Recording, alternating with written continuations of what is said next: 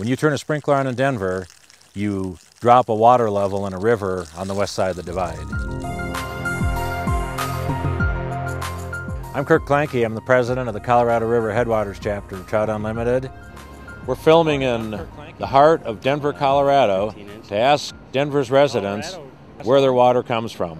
No. Do you know where your water comes from? My sink. Do you know where you get your water from? I have not a clue where I get my water from, sadly. So, do you know where your water comes from? The sink.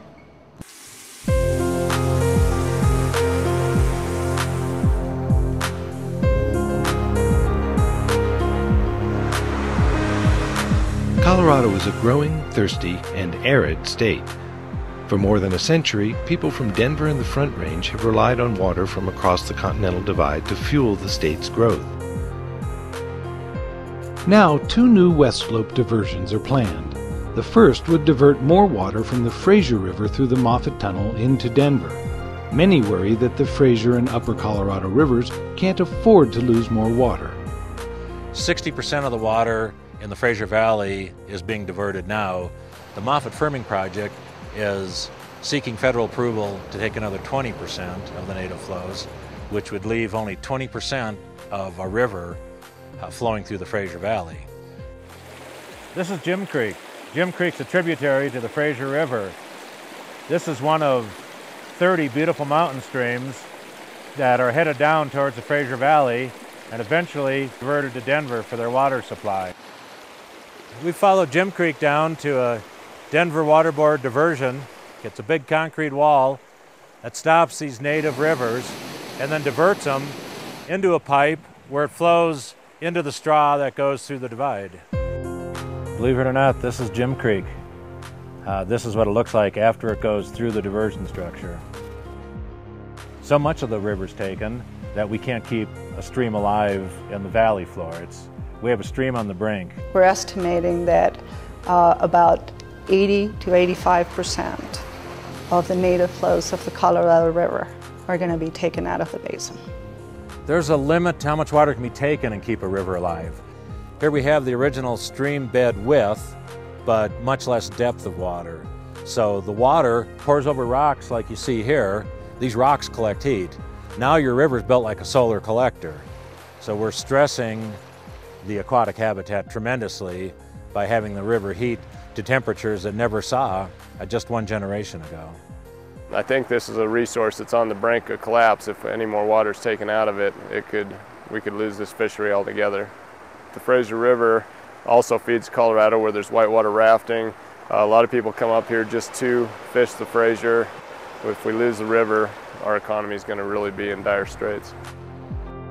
A second diversion would increase the amount of water pulled from the Windy Gap Reservoir where the Fraser and Upper Colorado rivers meet.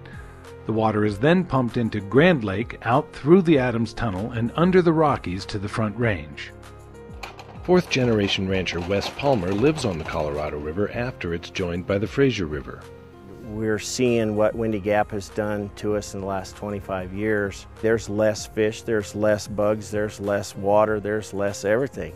And now they're wanting more, and I'm saying, well, we better stop and look at this and make sure we don't have a huge disaster.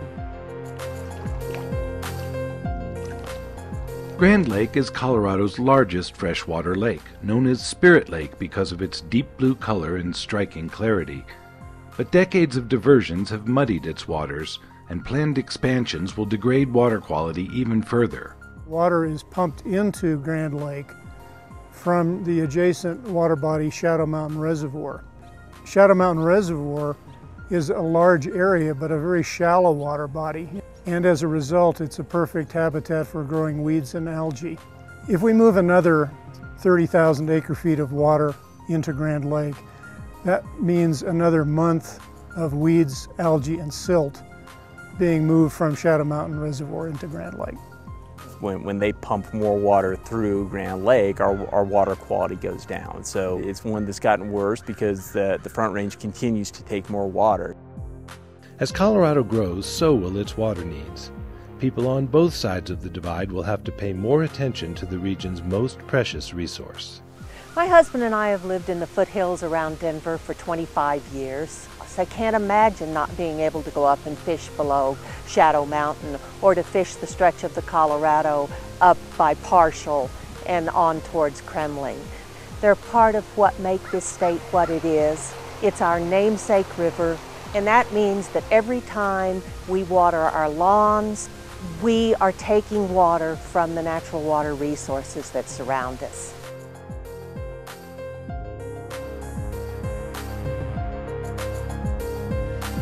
If 60% of the residential water use is going to be put on Kentucky bluegrass, how much water does bluegrass really need, and how much bluegrass does Denver really need?